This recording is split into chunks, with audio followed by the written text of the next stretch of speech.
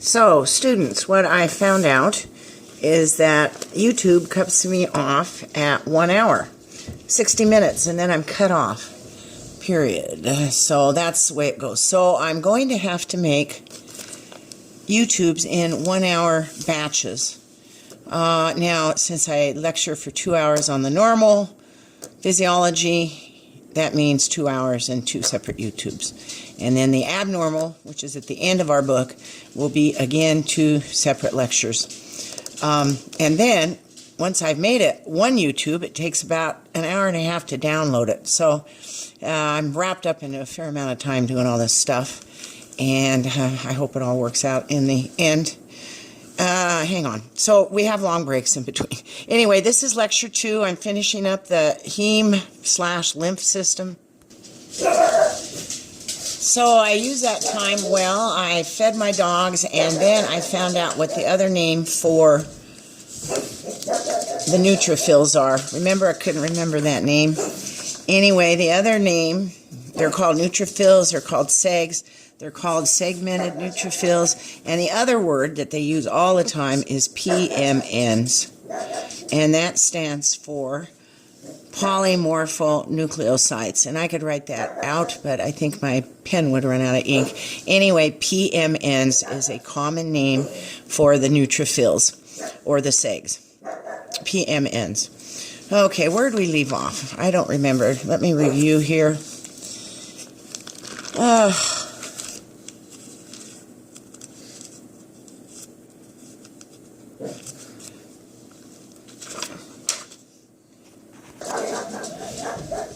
Okay, I think a good place to start in again would be to go back about the lymph circulation. And remember how I made you memorize different circulations? We memorized the circulation of cerebral spinal fluid, and then we memorized the circulation, the general circulation of blood through the body, and then we memorized the cardiac circulation, the circulation of the blood that feeds the coronary arteries, and now we have another system we have to memorize, and it's called the lymphatic circulation. So, lymphatic circulation begins in the bone marrow, and that is where lymphocytes are made. Once they are made, they're kicked out into the regular circulation, and they're picked up by the lymph circulation. The lymphocytes go into the lymph circulation, and they travel around, and they end up sort of congregating in lymph nodes. So a lymph node is just a large area all through the body. You have lymph nodes. It's where you have a collection of lymph cells. And when we talk about lymph nodes, they can be in your axillary area, they can be in your groin, they can be submandibular. So when we all when we're sick and we feel under our neck, under our jaw, we're always checking to see how big our lymph nodes are. Those are submandibular lymph nodes. They're in the back of the neck. They're in the elbows. They're all through your body, and in their places that you can't even feel, like all through the abdomen you have lymph nodes. And they will get big when you're fighting an infection. You're making more lymphocytes to try to fight the infection, so your lymph nodes are enlarged. When we have, like a strep throat or any infection, and we have large nodes under our jaw area, and we touch them, they're tender. If they're tender, it means you're fighting an infection. If they're not tender, if they're enlarged and palpable but non-tender, no pain, that's a bad sign. That means you could have lymphoma, and that's what doctors are always feeling. And they get very nervous when they feel lymph nodes that are enlarged but not tender. There's a worse thing going on than just a strep throat. All right, so the lymph circulation, back to that again, made in the bone marrow, kicked out into the lymph circulation. Then let's take a look at a picture, and I'll show you how the lymph circulation is. It's the picture on page 274. So open your book again and take a look at that figure that they have on the right. And do you see how she has her right arm up over her head? And you notice how that's all in blue. So just the right arm and her right axilla And maybe her right breast is in blue. So why is that? Well, the lymph circulation is sort of unusual. The lymph cells themselves enter into the lymph channels, and where they drain is important. So the right arm that's in blue, that the lymph nodes there drain into a structure called the right thoracic duct. Okay. The other parts of the lymph that are all the rest of the body that's in just kind of orangey yellow, so it'd be the legs and the left arm and most of the head and the left chest, those enter into a completely different duct, and it's called the left duct. Maybe I mislabeled the one on the right. Let's see, what is that? But most of the lymph empties into the left-hand side. It's called the thoracic duct. And it's a big hole right there. And that duct then goes into the subclavian vein and then into your right heart. They both drain into the subclavian veins that go into your right heart. And at that point, they now enter the general circulation. Remember, it carries all the fat. Remember from the digestion I told you about? Carries the fat. And finally it enters into the right heart, and the fat can get processed that way through your general circulation to your cells. Alrighty, what am I going to do here? 20% of all the interstitial fluid is drained by the lymph. The other 80% is drained by your regular venous system. Now, how does lymph flow through the body? It is a circulatory system all of its own, so you wonder how it gets pumped around. So let's talk about that. You remember when we talked about how veins move the blood into the veins? Well, the first thing was you were walking. Your skeletal muscles were actually pushing and pumping on the veins and cause to flow. And then there's one-way valves in the veins, so it can't backflow. And then the third thing was there's tiny little muscles in the veins. We used to always consider veins that had no muscles, but lately they have found there are little tiny muscles that kind of help propel it along. But the other important thing is your breathing. So every time you breathe in and you breathe out, you're changing the intrathoracic pressure inside your thoracic area. And whenever you have negative pressure, that means, remember, when you hear negative pressure, you think of sucking. So just by the mechanism of breathing in and out, what you're doing is you're sucking the venous blood back up to the heart, and there's one-way valve, so it can only go in one direction, and finally it ends up in the right-hand side of the heart. Well, guess what? How the lymph moves around. Identical. It's identical. Lymph fluid moves around the body, circulates, number one, because there are one-way valves in your lymph nodes. Number two, your skeletal muscles are moving around. And number three, the change in your intrathoracic pressure by breathing sucks it up with every breath. So that's how the lymph moves around. You can just consider it the same way that the venous blood is moved around. By the way, the lymph circulation was not discovered until the 1600s. I don't know if you remember or not, but Sir William Harvey was the British doctor that discovered the circulation of our red blood, our regular blood, through the heart and all that. And I always remember him like about when Columbus discovered America, 1492. Columbus sailed the ocean blue, and it was about that time that the circulation of the blood was elucidated by Sir William Harvey. And then 2 centuries later is when they figured out, hey, there's another circulatory system. It's called the lymph system. So that's just a little historical note for you. So I just looked it up again. Let me clarify.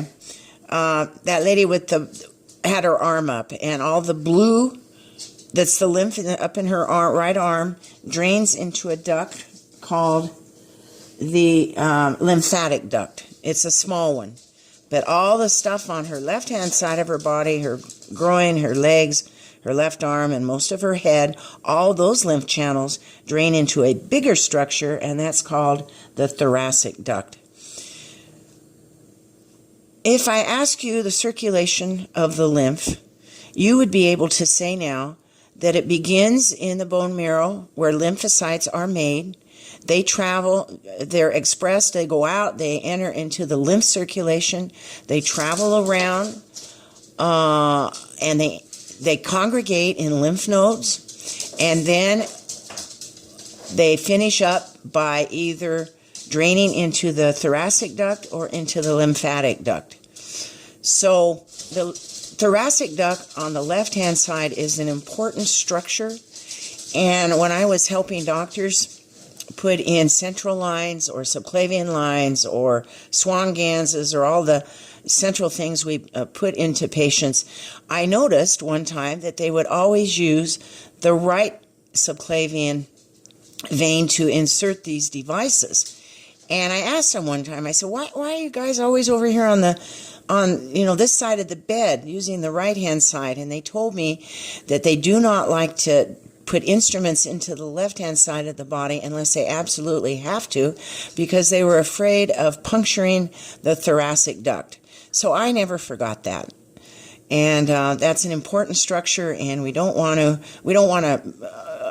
put any scar tissue there or open that up, because that's the main drainage for the lymphatic circulation. So they all end up going either into the thoracic duct or the lymphatic duct on the right, and they go into the subclavian vein and then back into the general circulation of the heart. So that is the circulation of lymph. Lymph is considered the channels through which cancer travels. By that I mean when we say someone has metastasis, what that means is the cancer cells enter into the lymph. That's how cancer cells travel around the body. They travel through the lymph system. And that is why when, like, for instance, we do a mastectomy or any other cancer removal, they always pull out the lymph nodes that are draining that particular area. They do what we call sentinel node dissections. They send those lymph nodes to the pathologist, and he'll say, well, node number 1 had cancer, node number 2 had cancer, but node number 3 is free of cancer. So they can determine where to do the radiation and all that. So that is because lymph nodes carry cancer, and we're always checking lymph nodes to see how far the metastasis has gone. By the way, the word metastasis, let's see, I better write it out here for you, means the travel metastasis.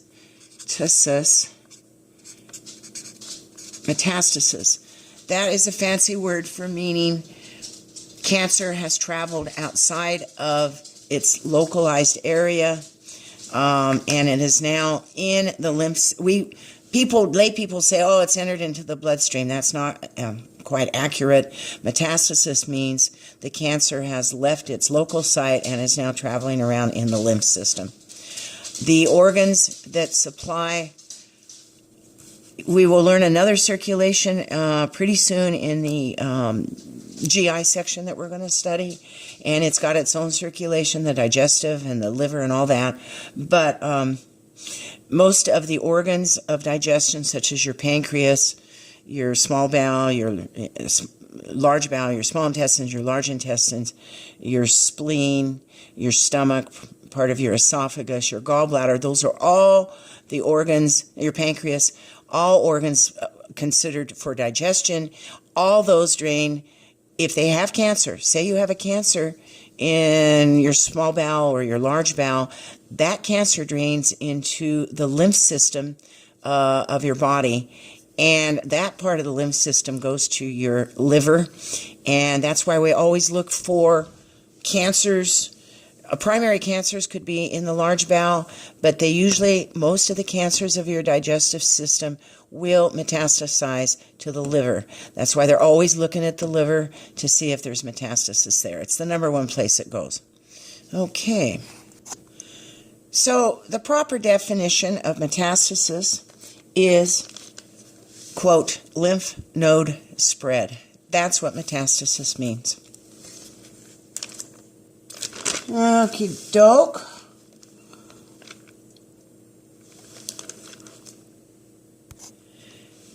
I'm just going to say a few more words about the spleen because I finally give the functions of the spleen. The spleen stores red blood cells and will release them when we're needed, like if we're hemorrhaging or having hypovolemia. It stores platelets. It cuts down old blood cells. So when old blood cells died, and I think earlier I told you 21 days, but that's not true.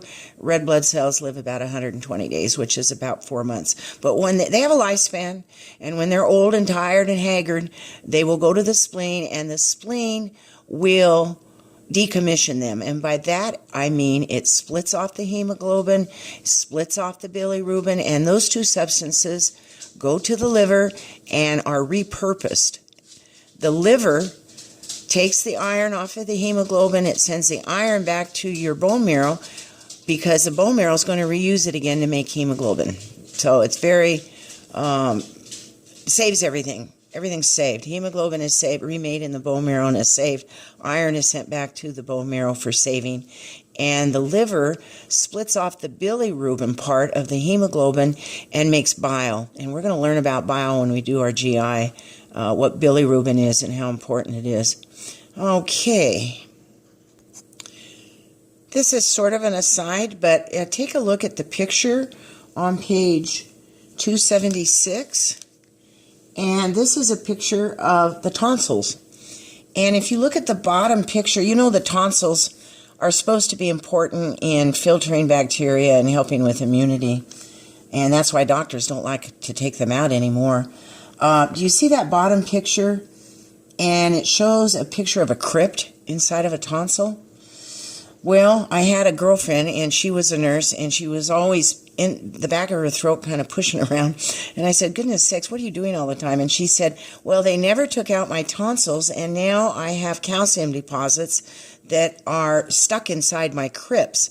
And she would have to go in there and pop them out, and they were literally calcium balls. And it was like popping a blackhead or something. It was, it was kind of gross. But apparently, and I know some of you that have had tonsil problems may be contending with this issue of the crypts sequestering these calcium balls and having to pop them out to clear your throat out. Anyway, it's calcium being stuck in those crypts. And then the rest of the chapter, gosh, now, guess what? Now they're talking about the different kinds of circulation in the body, the systemic versus the pulmonary versus the cerebral.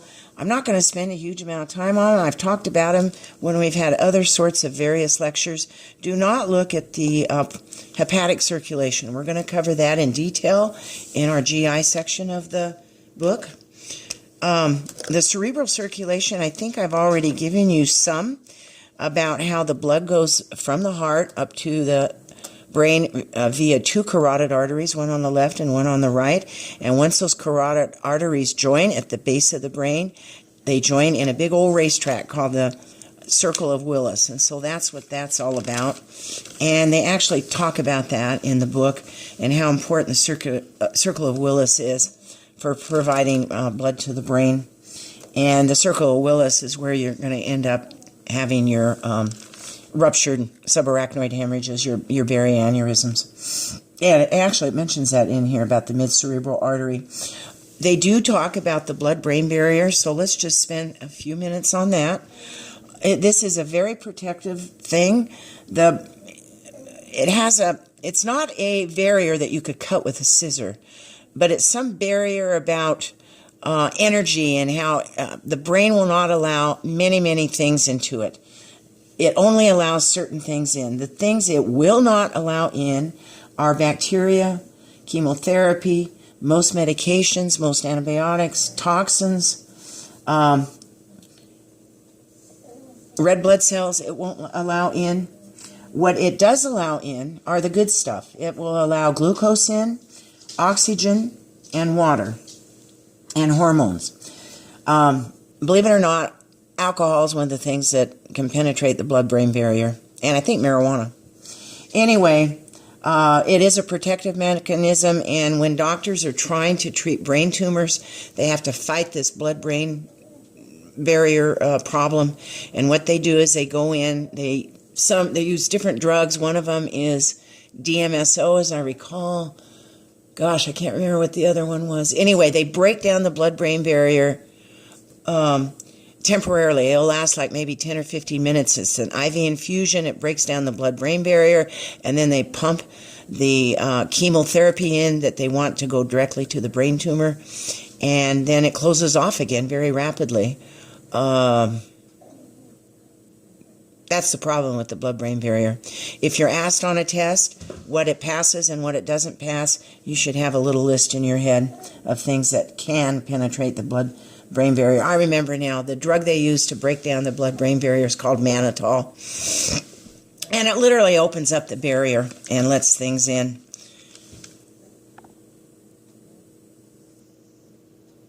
Okay, oh wow, so it looks like we've almost completed this lecture. So the last thing I want to say is 3 things you need to make hemoglobin.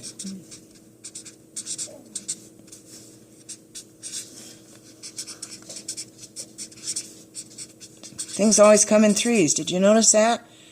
Murmurs, gallops, rubs, wheezes, rolls, ronchi. Okay, 3 things to make hemoglobin. You need iron. You need B12. And you need folate, which is B9. Okay, that's the last little thing you got to memorize here. It will show up on a test, of course. And those are the critical, essential items that you need to make hemoglobin. When we come into the next chapter, and I'll be working on the next lecture here, I don't know when, probably later tomorrow, we will discuss anemia and the anemias. So anemia means without red blood cells. Doesn't talk about the white cells, doesn't talk about the platelets, it's only the red blood cells. Anemia is a lack of red blood cells. So obviously, if you're missing any of one of these 3 things, you have an anemia. For instance, the first one would be an iron deficiency anemia. It turns out iron deficiency anemia is the most prevalent, the #1 anemia worldwide. Treatment for that is easy. You give them iron. B12 anemia is the anemia that we call pernicious anemia, and there's various reasons why people don't have B12. We'll go into those. And the third one would be folate deficiency anemia. So that's a way to look at your anemias, is you just look at the item that you're missing to make red blood cells. I just browsed at the questions on page 279 under student synthesis, and I think if you read all those, actually we've answered most of those. So this is a very short video, and I'll get it uploaded real quick. And I really think we've covered everything, and my dogs are raising a fuss right now. So I will end this video, and we'll see you soon. Bye-bye.